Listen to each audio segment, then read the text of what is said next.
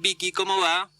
Bien, hoy te traía para conversar un poquito de la ley de teletrabajo. Bien, haciendo teletrabajo justamente. Haciendo teletrabajo, Buenísimo. acá estamos. Bueno, esta es una ley que se sancionó allá en julio del año pasado, del 2020, y la verdad que a todos nos pareció una gran iniciativa que iba a traer un montón de derechos y de conquistar un montón de necesidades de las personas que realizan el teletrabajo, pero que después, con la reglamentación por parte del Ejecutivo y hace poquito con la reglamentación del Ministerio de Trabajo, algunas cositas nos fue decepcionando de esta ley.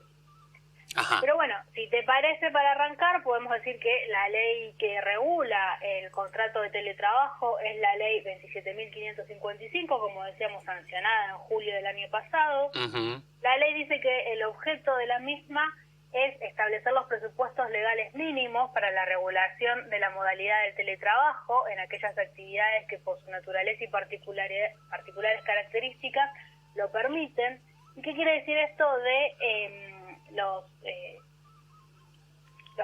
presupuestos mínimos? Esto es, la ley va a fijar un piso de cuestiones básicas y después va a dejar un montón de otras cuestiones que se puedan desarrollar en las convenciones colectivas de trabajo. O sea, van a quedar para que las partes puedan ir negociándolo.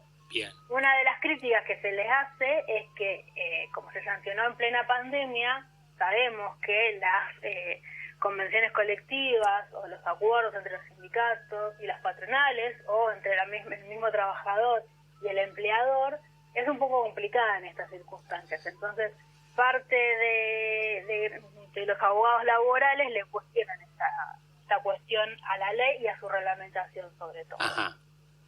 Pero bueno, también la ley dice qué es el contrato de teletrabajo y lo define como cuando la realización de actos, ejecución de obras o prestación de servicios se efectúan total o parcialmente en el domicilio de la persona que trabaja o en lugares distintos al establecimiento o los establecimientos del empleador mediante la utilización de tecnologías de la información y la comunicación.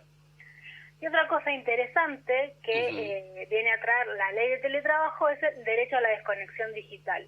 En el texto de la ley dice que la persona que trabaja bajo la modalidad de teletrabajo tendrá derecho a no ser contactada y a desconectarse de los dispositivos digitales y o tecnologías de la información y comunicación fuera de su jornada laboral, y durante los periodos de licencia no podrán ser sancionadas por hacer uso de este derecho.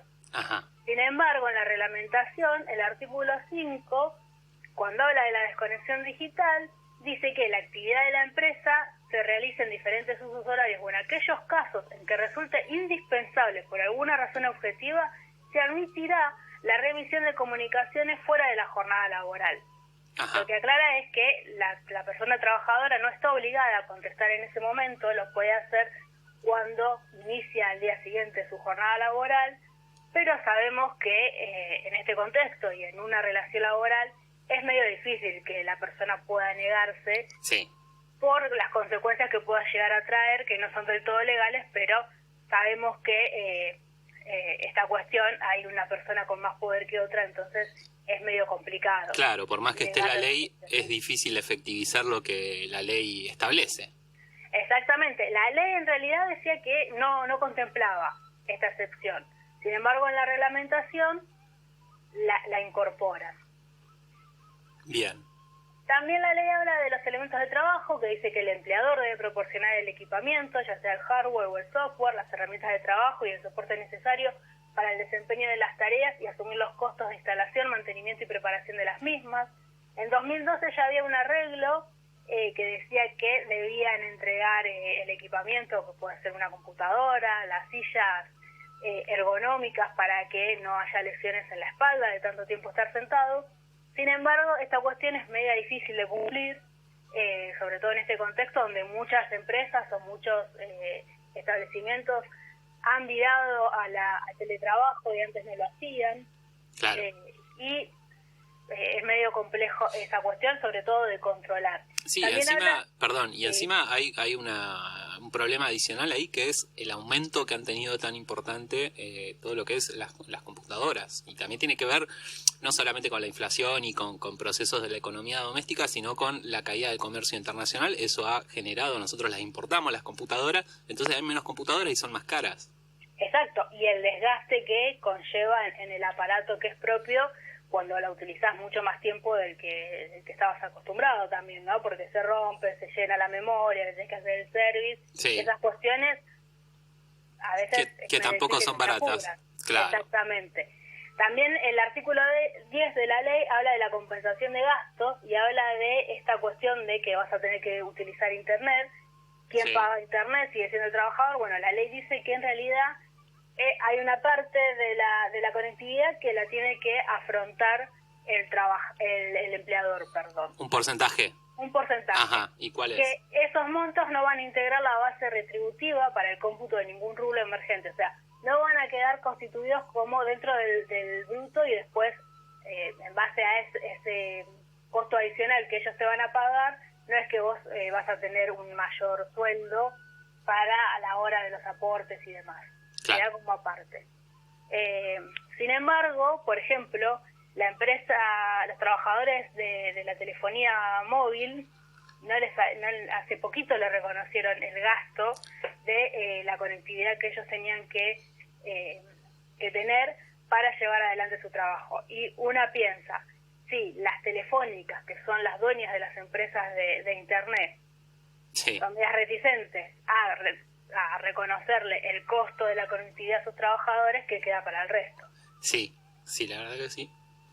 Así que bueno, y otro punto que nos terminó de dejar un sabor amargo con esta ley es que la reglamentación del Ministerio de Trabajo, que se dio hace poquitos días, solo contempla el teletrabajo para las personas que lo realizaban antes de la pandemia, es decir, antes de marzo del 2020.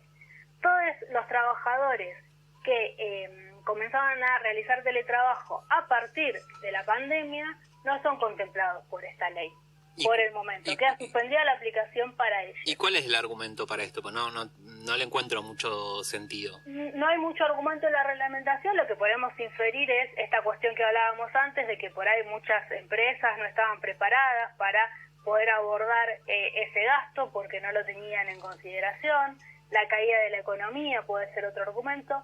Pero bueno, siempre termina cortándose el hilo por los derechos laborales, que no está bueno. Estamos de acuerdo, pero más allá de eso, que como te digo, estoy totalmente de acuerdo con lo que planteás y el escenario que describís, ¿de qué serviría esta ley si va a normar a un universo finito de personas que ya están haciendo teletrabajo y no las que de ahora en más empiecen, que es la modalidad del futuro, por así decirlo? Tampoco uno se va a poner futurista, pero uno espera que a partir de estas experiencias haya más experiencias todavía de teletrabajo. Exactamente, sobre todo contemplando, teniendo en cuenta en realidad que quienes ya ejercían el trabajo de esa manera, en sus contratos o en sus convenios colectivos ya estaba contemplado el teletrabajo. Entonces había algunas cuestiones que estaban ahí dentro de las cláusulas del contrato. Claro. Pero bueno, veremos cómo se sigue desarrollando, veremos hasta qué momento se entiende la suspensión de la ley para las personas que empezaron a realizar el teletrabajo a partir de la pandemia y por la imposibilidad de poder asistir a los lugares donde regularmente lo hacían. Sabemos que esta ley es importante porque bueno, viene a traer el reconocimiento de una modalidad de trabajo que, como vos decías, Juani, cada vez va a ser mayor. Sí. por las características del trabajo que se viene, pero bueno, este sabor amargo que nos deja nos desilusiona un poquito. Sí, bastante. La verdad que me dejaste helado. Yo sabía que esta ley había tenido sus devenires, había tardado en ser aprobada, como vos decís, en julio, y recién se reglamentó medio año después, en enero. Exactamente, 6 meses después. Bueno, es preocupante. Y encima... Se empezó a aplicar a partir del 1 de abril, pero con estas cuestiones que contempló la resolución del Ministerio de Trabajo, ¿no? Dejando fuera a la gran mayoría de las personas.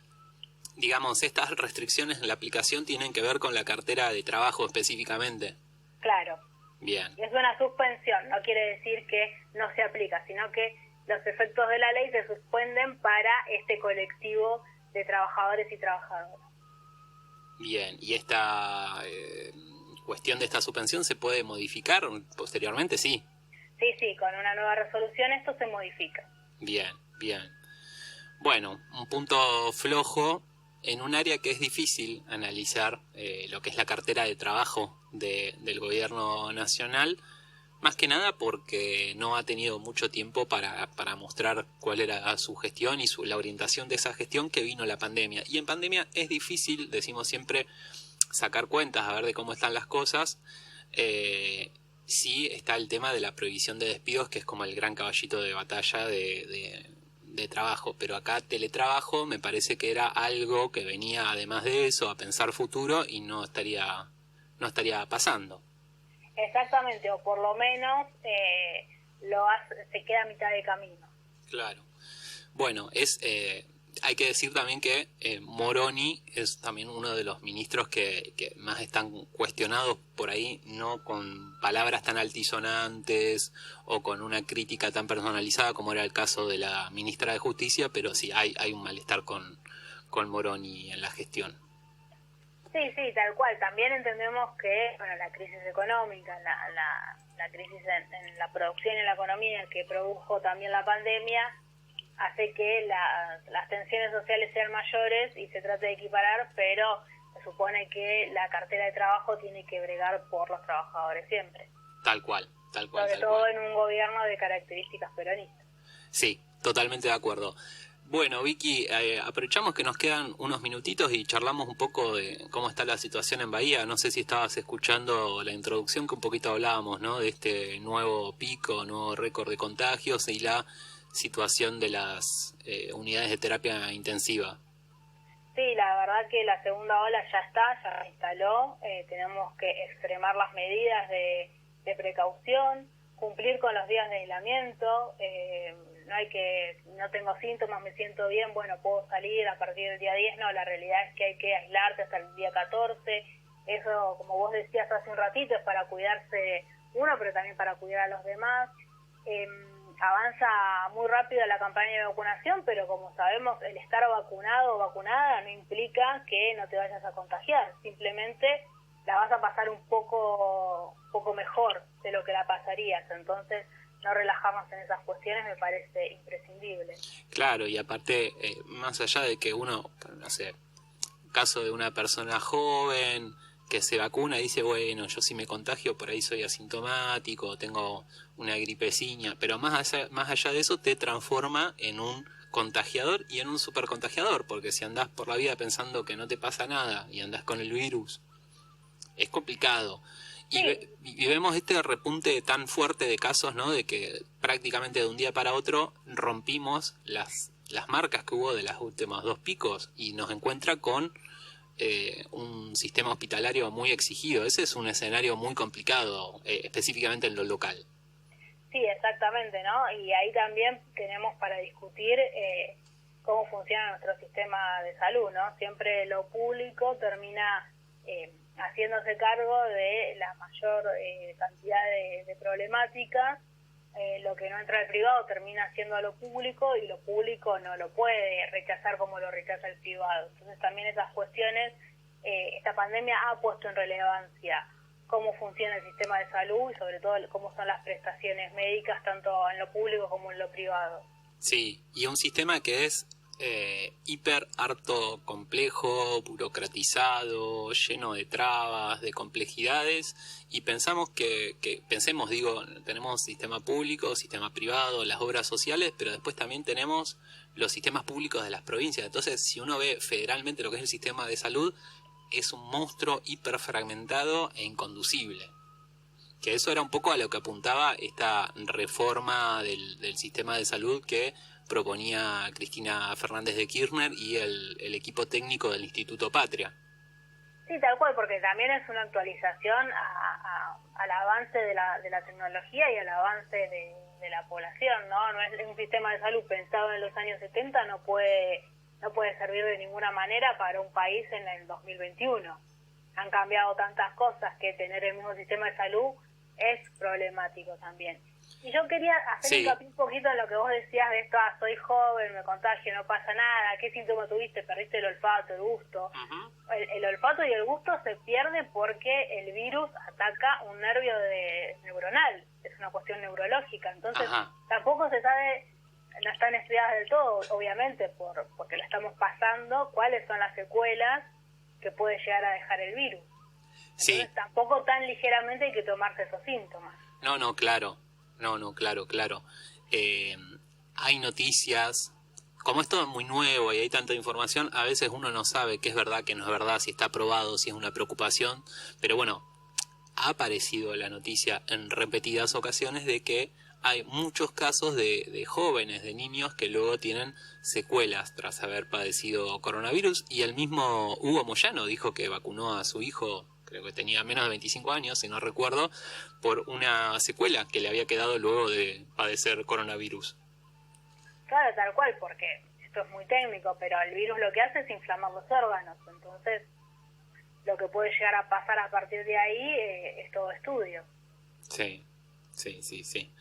Pero bueno, queda también la responsabilidad individual y recalcar, la responsabilidad de los estados, tanto provinciales como locales, en la aplicación y en el control de las medidas.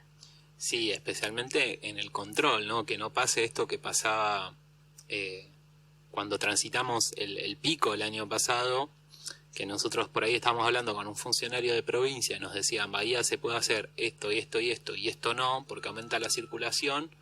Y uno salía a la calle y lo veía, veía gente circulando sin que nadie le pida el permiso para circular, no había restricciones horarias, abrían los bares, abrían los gimnasios, es decir, desde lo local, que me parece que quien es el intendente de un distrito tiene la responsabilidad de velar por el cuidado de sus ciudadanos, es también quien tiene las herramientas para efectivizar esas medidas. Y acá, bueno, no pasaba eso. Se hablaba de una fase 3 ampliada, que era una fase 4 también. Era una locura lo que pasó el año pasado. Esperemos que no se repita eso. Esperemos que no, porque aparte, lo que dicen todos los especialistas es que en las actividades protocolizadas, que son los protocolos bajan de nación y de provincia, es donde menos contagios se producen. Entonces, si nosotros a nivel local empezamos a hacer más amplias las actividades y no bajamos esos protocolos, claramente va a haber una mayor circulación de gente, sin las medidas necesarias y sin el control, y el pico se va a disparar mucho más. Sí, es cierto. Y bueno, esto también remarcar que las actividades protocolizadas están pensadas con expertos quienes saben cómo se comporta el virus, y bueno, justamente estos protocolos creo que ninguno es 100% efectivo, pero reducen enormemente la posibilidad de que te contagies. Pero a su vez estas actividades que están protocolizadas también generan otras actividades en torno de índole más social, que son las que no tienen protocolo y que por ahí generan los contactos. Se ha hablado mucho en el caso de las clases, que en el aula puede estar mejor o peor implementado, pero hay un protocolo, pero bueno, afuera están los padres charlando entre sí sin barbijo, los chicos que se visitan uno al otro en la casa, etcétera, etcétera, y ahí es que se dan los contagios. Sí, ahí es donde entra a jugar la responsabilidad individual. Ya a esta altura de la pandemia, todos sabemos que el barbijo tiene que cubrir la nariz, tiene que cubrir la boca y tiene que cubrir el mentón, entonces ver la cantidad de gente que vemos con la nariz afuera, roza lo ridículo y la falta de empatía hacia el otro. Sí. Bueno, Vicky, no sé si te quedó algo en el tintero para comentar. Creo que no. Bueno, entonces te despedimos. Fue la columna ampliada de Victoria Aure, la abogada del pueblo, la abogada del Ágora en Radio Nacional, y es... se me fue el nombre. Derechos y derechos, ahí está. Perdón, me quedé pensando en todo esto que hablamos y en la preocupación que genera también. Así es, pero bueno, a cuidarse, así podemos disfrutar lo más rápido posible de una nueva normalidad y de los afectos sociales que tanto nos hacen falta. Bien, que así sea. Muchísimas gracias, Vicky, nos estamos hablando en breve. Nos vemos, un abrazo. Un fuerte abrazo. Era Vicky Aure, la doctora del pueblo, con su columna Derechos y Derechos.